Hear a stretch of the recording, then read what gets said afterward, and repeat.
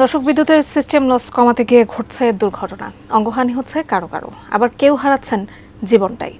High voltage সঞ্চালন লাইনগুলোতে insulated তার ব্যবহার না করায় ঘটছে এমন সব দুর্ঘটনা।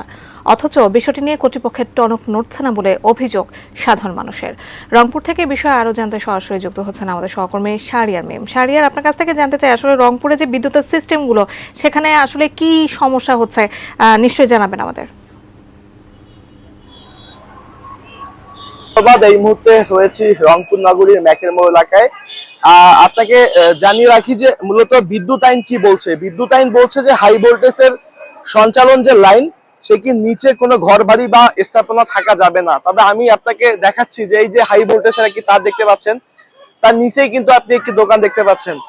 যে নিয়ম সেটি কিন্তু মানা হয়নি। শুধু এই চিত্র না, রংপুরে এরকম অনেক জায়গায় হাই ভোল্টেজের যে তার, সেটি কিন্তু বিভিন্ন বসতবাড়ি এবং সেই সাথে বিভিন্ন দোকানপাট ব্যবসায়িক প্রতিষ্ঠানের উপরে কিন্তু রয়েছে, যার ফলে প্রতিনিয়ত কিন্তু দুর্ঘটনা ঘটছে।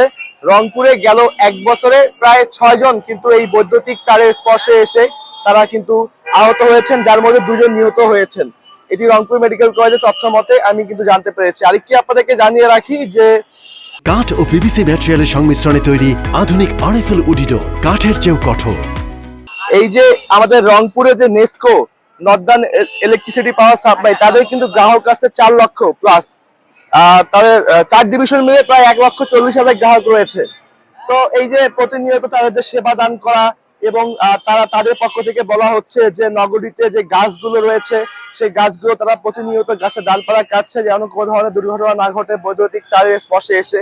এবং এছাড়াও পল্লী বিদ্যুৎ তারাও কিন্তু এই ব্যবস্থাগুলো গ্রহণ করেছে। তারা বলছে যে নেসকো থেকে যে 4টি ডিভিশন রয়েছে, এই 4টি ডিভিশনে তারা প্রতি মাসে কোনো না কোনো সপ্তাহে তারা কিন্তু সকাল 10টা থেকে 5টা পর্যন্ত বিদ্যুৎ লাইন অফ রেখে তারা তাদের কিন্তু এই সচেতনতামূলক কর্মকাণ্ডগুলো কিন্তু তারা করছে, কাজগুলো কিন্তু তারা করছে।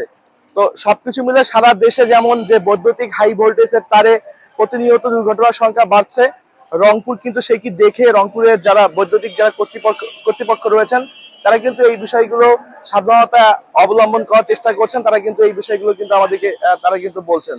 আরেকটি তথ্য আপনাদেরকে দিয়ে রাখি যে এখন কিন্তু প্রায় এসে নগরীকে নেসকোর পক্ষ থেকে মাইকিং হচ্ছে, বিভিন্ন সচেতনতামূলক কিন্তু তারা বাণী শোনাচ্ছেন, সাবধানে থাকার কিন্তু তারা কথা বলছেন। তো